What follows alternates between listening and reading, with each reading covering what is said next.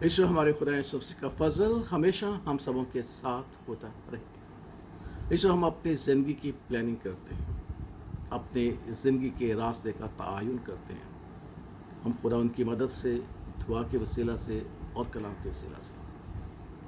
लेकिन हम देखते हैं कि जब हम अपनी प्लानिंग के मुताबिक चलते हैं, अपने रास्तों पर चलते हैं, तो अचानक ऐसी हर्डल्स आ जाती हैं, ऐसी मुश्किलें और परेशानियां आ जाती हैं कि जो हमारे रास्ते की रुकावटें बन जाती हैं और हम उनको अबूर नहीं कर पाते, उनसे गुजर नहीं पाते। और फिर हम अपने दिल में गम करते हैं कि हमने क्या किया। हमने तो हर एक चीज़ खुदावंद के आगे रखते हुए इस चीज़ को किया था, लेकिन ये मुश्किल, ये परेशानी कहाँ से आ गई और हम इसे कैसे पार करेंगे।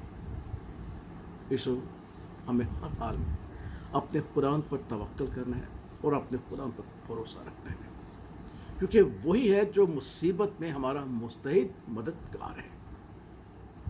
जो बनी इस्राइल जब मिस्र की गुलामी से आज़ाद हुए तो बड़े खुश थे। उन्होंने मिस्रियों को लूटा, सोना चांदी जो कुछ उन्होंने मांगा मिस्रियों ने उनको दे दिया। वो खुशी खुशी के साथ मिस्र की गुलामी से आज़ाद हो गए। मूसा उनका रहनुमा था जिससे खुदावंद बातें किया करता था।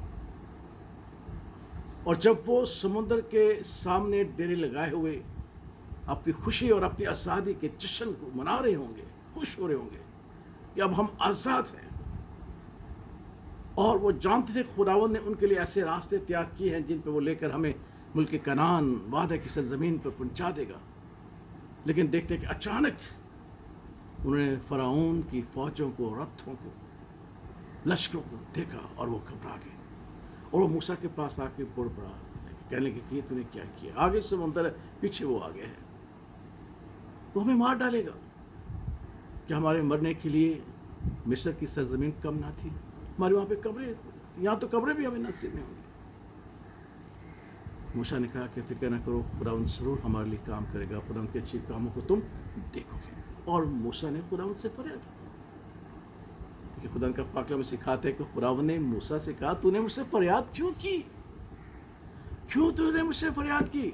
उठ और अपना असा समुद्र की तरफ बढ़ा और देख, समुद्र दो हिस्सों में तकसीम हो जाएगा और खुशकी का रास्ता तैयार हो जाएगा जिस पर चलकर बनी इस्राइल इस समुद्र को पार कर लेंगे। मूसा ने ऐसे किया। जैसे मूसा ने अपने असा समुद्र की तरफ बढ़ाया, समुद्र दो हिस्सों में हो गया, खुशकी का रास्ता तैयार हो गया और बनी इस्राइल उस खुशकी के रास्ते में से गुजर गए। और जब फ़िरौन अपनी फौजों के साथ उसमें से गुजरना चाहता था, और हम देखते हैं कि फ़िरौन जो था वो उसी बैर कुलज़म में डूब गया, क्योंकि बैर कुलज़म का पानी फिर आपस में मिल गया।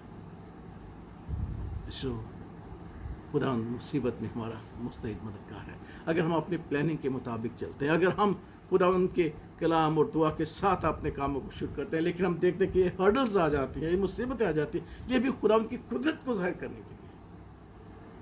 और जिस तरह खुदा ने बनी इस्राइल के लिए अजीब काम किया कि बैर कुलसम को दो हिस्सों में तकसीम कर दिया, जो आज तक दुनिया में एक असीम काम है, जो खुदा की कुदरत और खुदा की शख्सियत को बयान करती है। और वो ये हमें सिखाते हैं खुदा अपने लोगों के लिए जिन्हें वो लेकर निकलता है, उनकी वो रहनुमाई करता है। इसलिए जो काम, जो बात हम खुदा उनके इरादे, खुदा उनकी दुआ और कलाम की वजह से करते हैं, अगर उसमें रुकावटें आती हैं तो हमें घबराना नहीं, खुदा उन हमारे साथ है।